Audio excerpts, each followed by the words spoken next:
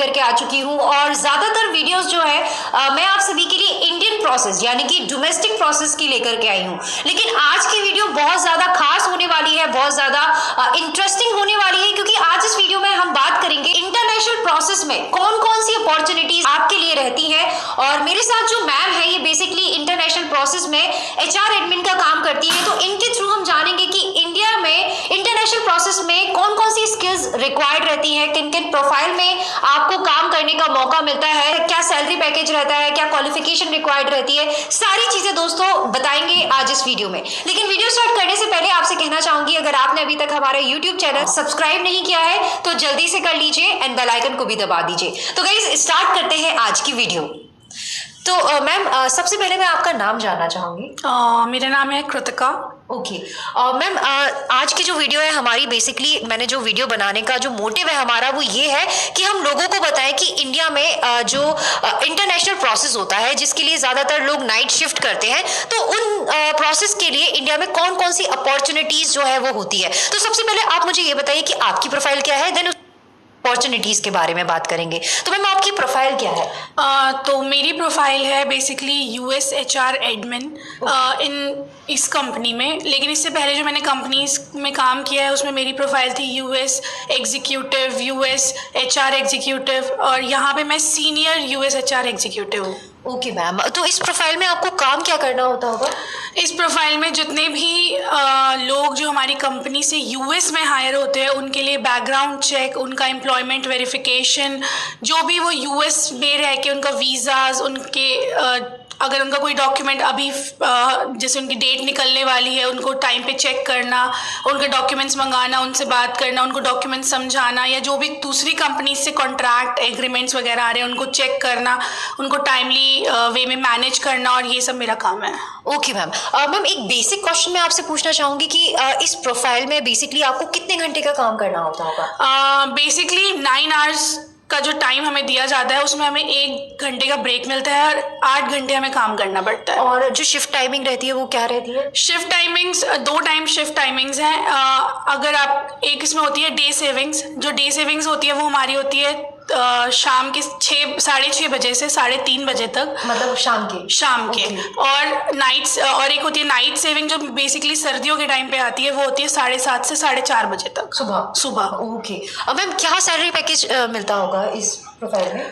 Salary package आपको different ways में मिलता है। अगर मैं एग्जैक्ट नंबर्स नहीं बता सकती, लेकिन अगर किसी के पास अच्छा एक्सपीरियंस है तो उसे 60+ भी मिल सकता है, 1 लाख तक मिल सकता है। और अगर कोई जूनियर है उसकी स्टार्टिंग 18,000 से 20,000 से 21,000 से, अगर उसके पास अच्छा क्वालिफिकेशन है, उसका कम्युनिकेशन स्किल्स अच्छा है, तो उस हिसाब से उसको सैलरी मिलती है। तो आप इस प्रोफाइल में कितने साल से काम कर रहे हैं? मुझे ऑलमोस्ट 4.5 साल हो गए हैं इस प्रोफाइल में। ओके मैम, हम मेरा जो नेक्स्ट क्वेश्चन है वो बेसिक क्वेश्चन है। मैं पूछना चाहूँगी कि जैसे आज के टाइम पर अगर कोई इंडिया में रह करके इंटरनेशनल प्रोसेस में काम करना चाहता है, जिसके बारे में आपने सैलरी पैकेज बताया कि स्टार्टिंग 18 से 20,000 तक मिल जाता है, लेकिन एक्सपीरियंस होता है तो 70,000 आप इंडिया में रह करके भी कमा सकते हैं, 1 लाख तक भी कमा सकते हैं। तो कौन कौन सी प्रोसेस में काम मिलता होगा, कुछ आइडिया आप देंगे? हाँ, बेसिकली जो हमारी कंपनी है वो है USIT कंपनी। इसका जो बेस है वो यूएस में ही है। तो इंडिया में ऐसी बहुत सारी कंपनीज है, बहुत सारी जगहों पे, जैसे बैंगलोर हो गया, मुंबई हो गया, देहरादून हो गया, यहाँ नोएडा हो गया, गुड़गांव हो गया।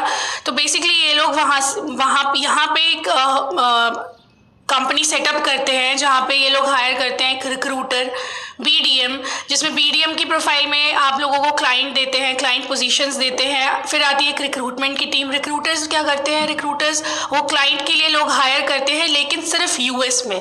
तो यूएस में जब वो लोग हायर करते हैं उनका बैकग्राउंड चेक आता है, उनके डॉक्यूमेंट्स आते हैं, वो लोग देखते हैं हमारी टीम। तो ऐसे ये प्रोसेस कंटिन्यू चलता रहता है। ओके, और ये भी सुना है कि काफ़ी सारे, जैसे नोएडा में हम आए हैं, बहुत सारे लोग बोलते हैं कि हम कॉल सेंटर्स में जॉब करते हैं। तो बेसिकली इंडिया में ऐसी कई सारी और भी अपॉर्चुनिटी होती होगी कॉल सेंटर्स के अलावा भी? हाँ, तो बेसिकली क्या होता है कि जब हम लोगों को बताते हैं कि भाई हम लोग रात में जॉब करते हैं, तो लोग हमें कंपेयर करते हैं कि आप लोग ये कॉल सेंटर में जॉब करते हो या BPO में जॉब करते हो। तो बीपीओ और call centre is not a bad thing, मतलब ये कोई गलत चीज नहीं है, लेकिन हमारी प्रोफाइल उनकी प्रोफाइल से बिल्कुल अलग है। हम लोग यूएस के लिए काम करते हैं, इसलिए हम लोग शाम को करते हैं क्योंकि उनका वहाँ पे दिन होता है, तो इसलिए ये टाइमिंग्स डिफरेंट होते हैं। ओके मैम, एक क्वेश्चन मैं आपसे और पूछना चाहूंगी कि अगर आज के टाइम पर किसी को इंटरनेशनल प्रोसेस में काम करना है तो क्या क्या स्किल्स, सेट ऑफ स्किल्स क्या क्या रिक्वायर्ड होंगी?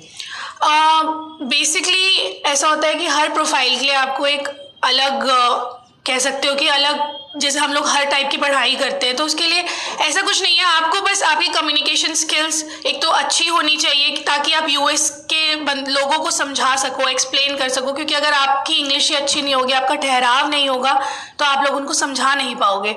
दूसरी चीज़, आपका अगर बीटेक के लिए बीटेक होना आपका ज़रूरी है। अगर आप रिक्रूटमेंट पोजीशन में जा रहे हैं, आपकी अंडरस्टैंडिंग अच्छी होनी चाहिए। आप काफ़ी चीज़ें हैं जो आप जब मतलब जो फ्रेशर्स ज्वाइन करते हैं उनको समझानी पड़ती है, तब जाके वो समझ पाते हैं, और जो एक्सपीरियंस होते हैं उनको तो पता ही होता है जब वो काम करते हुए आ ही रहे हैं उस चीज़ में। तो ऐसी कोई रिक्वायरमेंट नहीं है कि मिनिमम क्वालिफिकेशन इतनी ही होनी चाहिए? नहीं, हाँ, मतलब हर प्रोफाइल के लिए एक अलग अलग मिनिमम रिक्वायरमेंट है, लेकिन अगर आपका कम्युनिकेशन स्किल एक प्लस पॉइंट है, अगर आपके पास वो होता है तो ऑब्वियसली बात है आप इस फील्ड में इजीली आ सकते हो। मतलब ग्रेजुएशन होना कंपलसरी रहता है? हाँ, ग्रेजुएशन होना कंपलसरी है। ओके मैम, तो आई थिंक आपने काफी सारी जानकारी दी लोगों को।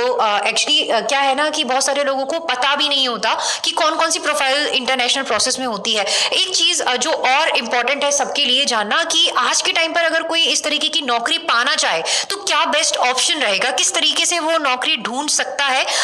ऑनलाइन की बात करें तो ऑनलाइन किस तरीके से, कौन कौन से पोर्टल्स यूज कर सकता है, और अगर ऑफलाइन भी कोई तरीका है तो किन तरीकों से जॉब ढूंढ सकता है?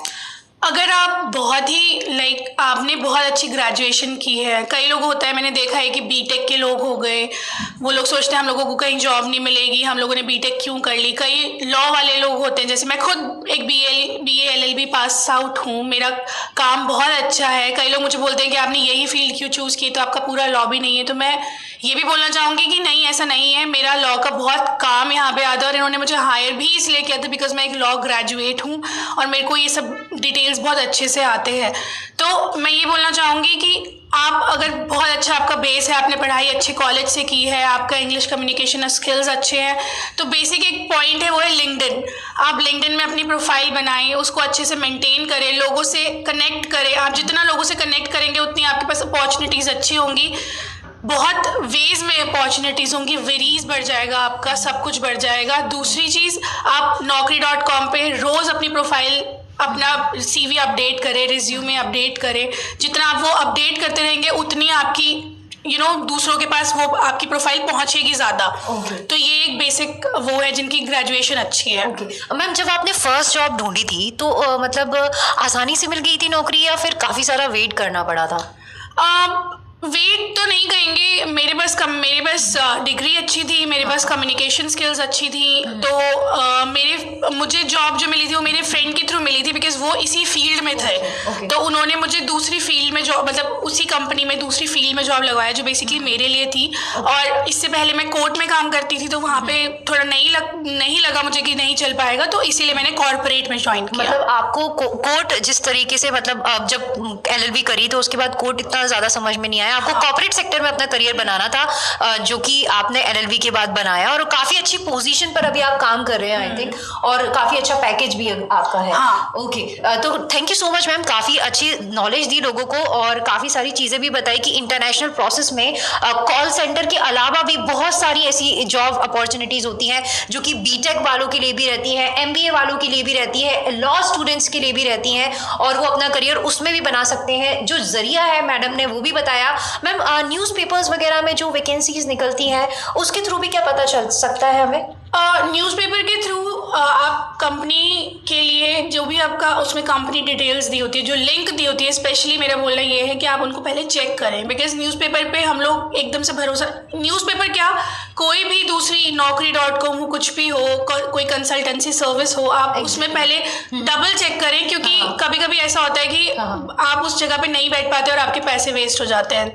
तो उस चीज़ को डबल चेक करें और हमेशा जो चीज़ आपके लिए अच्छी है वो ही करें। मैम, ऐसे मतलब बहुत सारे लोग ये भी होते हैं कंसल्टेंट जो आपसे पैसे चार्ज करते हैं, क्या रियलिटी में ऐसा होता है कि कंसल्टेंट पैसे चार्ज करते हैं? कंसल्टेंट पैसे चार्ज करते हैं, कई कंसल्टेंसी अच्छी सर्विसेज मतलब प्रोवाइड करते हैं, बट कई जो होते हैं वो जस्ट फेक प्रोमिसेस करते हैं कि भाई आपको यहाँ जॉब दिला देंगे, आपको वहाँ जॉब दिला देंगे। तो मेरा बोलना ये है कि आप इसमें पैसे वेस्ट ना करें। जो भी अच्छी कंपनीज होती हैं वो अपनी खुद की एक ऐड डालते हैं कि आप डायरेक्ट आके यहाँ पे इंटरव्यू दें, इस टाइम से इस टाइमिंग तक वो अपने स्लॉट्स निकालते हैं। कोई भी बीपीओ हो या फिर कॉल सेंटर्स हो, उनकी खुद की एक ऐड होती है जहाँ पे वो प्रोवाइड करते हैं कि भाई इस टाइमिंग से इस टाइमिंग तक आप आके इंटरव्यूज दे सकते हैं। ओके, ठीक है ma'am, thank you so much ma'am, काफ़ी सारी जानकारी दी। आई होप आपको कहीं समझ में आई होगी कि इंटरनेशनल प्रोसेस में अगर आप अपना करियर बनाना चाहते हैं तो किस तरीके से बना सकते हैं। और अगर आपको ये वीडियो अच्छी लगी तो प्लीज़ आप इसे ज़्यादा से ज़्यादा लोगों तक शेयर कीजिए और चैनल को सब्सक्राइब कीजिए और बेल आइकन को भी दबा दीजिए। मिलेंगे दोस्तों अगली वीडियो में कुछ और धमाकेदार इंटरेस्टिंग टॉपिक के साथ, इंटरेस्टिंग इंटरव्यूज के साथ या किसी अच्छी जॉब अपॉर्चुनिटी के साथ। तब तक के लिए थैंक यू सो मच।